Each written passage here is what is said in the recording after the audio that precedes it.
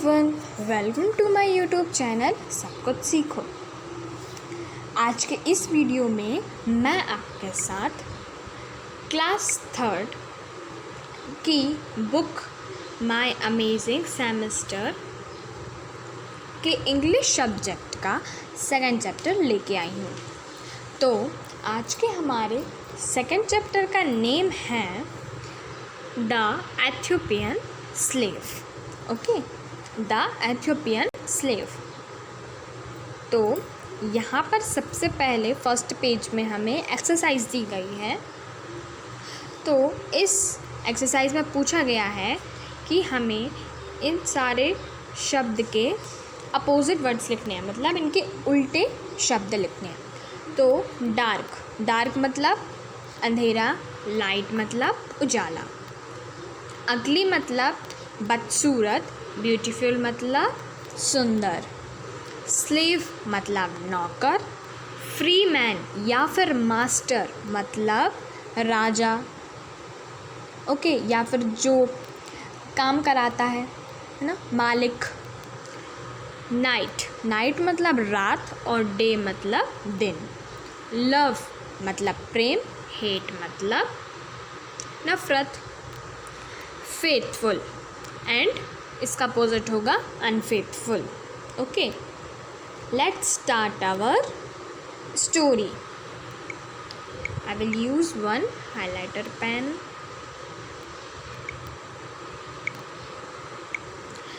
A great and powerful caliph had many slaves.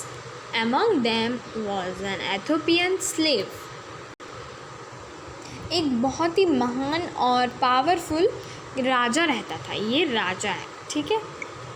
तो बहुत ही powerful और महान राजा था और उसके पास बहुत सारे काम करने वाले कर्मचारी थे, स्लेव्स थे, नौकर थे, ठीक है। उनमें से एक एथियोपियन स्लेव था। He was very dark and अगली।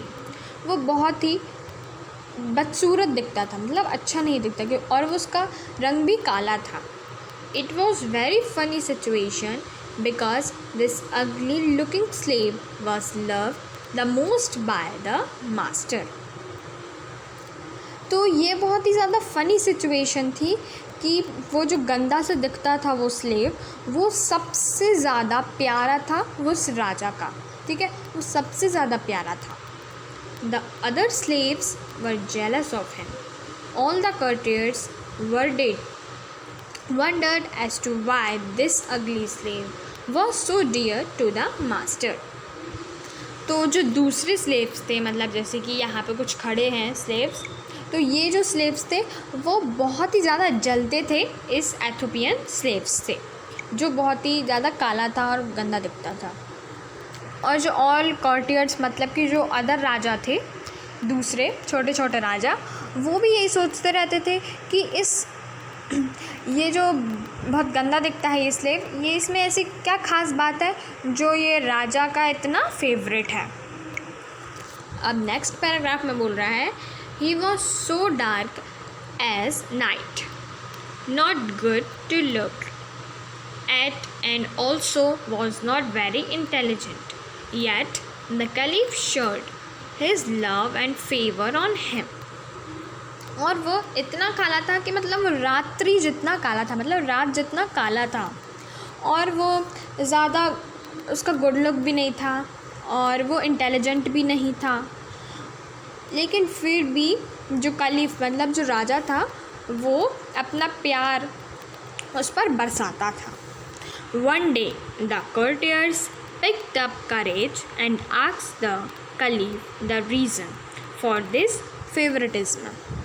एक दिन क्या हुआ, ये सब जो कर्टियर्स थे उन्होंने हिम्मत जुटाई और राजा से जाके पूछा कि ये इतना फेवरेट क्यों है आपका।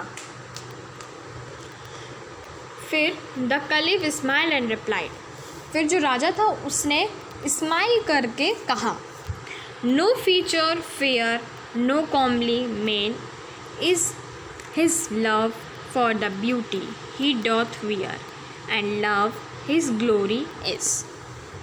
मीन्स उसने एक इंग्लिश में कहावत टाइप की कही थी, तो इसको हिंदी में अब मुझे कहावत तो नहीं पता, मैं इसकी मीनिंग बता देती हूँ आप लोगों को। ये कोई मैटर नहीं करता है कि वो गोरा है या फिर काला है, बस उसकी जो अंदर की जो आत्मा है वो साफ़ है तो वह आदमी बहुत अच्छा है, अगर वो साफ़ नहीं है तो वह आदमी बिल्कुल अच्छा नहीं है। ठीक है, मतलब कि जो आदमी है वो अपने प्यार और सच्चे मन से जाना जाता है, अपने कर्मों से जाना जाता है। ठीक है, ना कि उसके गोरे रंग से या फिर सुंदर दिखने से। ठीक है, Then he told them his story. One day the caliph's caravan was passing through a desert. फिर उसने एक दिन की स्टोरी बताई अपनी कि एक दिन राजा एक डेज़र्ट से गुज़र रहे थे। Somehow one of the camels stumbled and fell down. The camel was carrying a huge casket of precious stone. जब वो लोग जा रहे थे तो एकदम से एक जो कैमल है वो गिर गया और उसकी पीठ पर बहुत सारे प्रीशियस स्टोन्स लदे हुए थे, है ना। कास्केट में बहुत सारे प्रीशियस स्टोन्स थे, ये आप देख सकते हैं इस पिक्चर में। The casket was broken and the diamonds, pearls and rubies were scattered all over. अब जब वो ऊँट गिरा तो जो कास्केट था जिसके अंदर वो पर्ल्स वगैरह रखे हुए थे वो टूट गया, तो उसमें से बहुत सारे डायमंड्स, पर्ल्स और रूबीज़ पूरे में बिखर गए गिर के। A number of slaves were traveling with the caliph. The caliph told the slaves that they could keep all the precious stones which they could pick up. अब उसके साथ जो राजा था उसके साथ बहुत सारे नौकर जा रहे थे, तो राजा ने टेस्ट करने के लिए उन सब स्लेव्स से कहा कि जाओ वो सारे स्टोन्स उठा लो, जितने तुम उठा सको और अपने पास रख लो। All the slaves left him at once and ran in search of precious stones. अब जो सारे स्लेव्स थे, ये जो सारे नौकर थे, वो तुरंत भागे और प्रीशियस स्टोन्स मतलब हीरे मोती ये सब ढूंढने लगे। Only one slave remained by his side. He was the faithful one and that was the Ethiopian slave. लेकिन सिर्फ एक ही स्लेव, एक ही नौकर उसके बाजू में खड़ा रहा और वो था एथियोपियन स्लेव। ठीक है, जो सबसे ज़्यादा काला दिखता था ना, वही स्लेव था जो उसके बाजू में खड़ा रहा। आप इस वाले पिक्चर में देख सकते हैं। The caliph asked him why he had remained by his side instead of picking up stones for himself.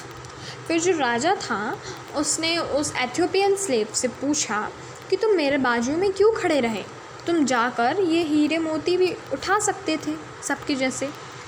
फिर वो जो स्लेव था, वो जो नौकर था एथियोपियन स्लेव, उसने रिप्लाई किया, आई मे गार्ड दी फेथफुली।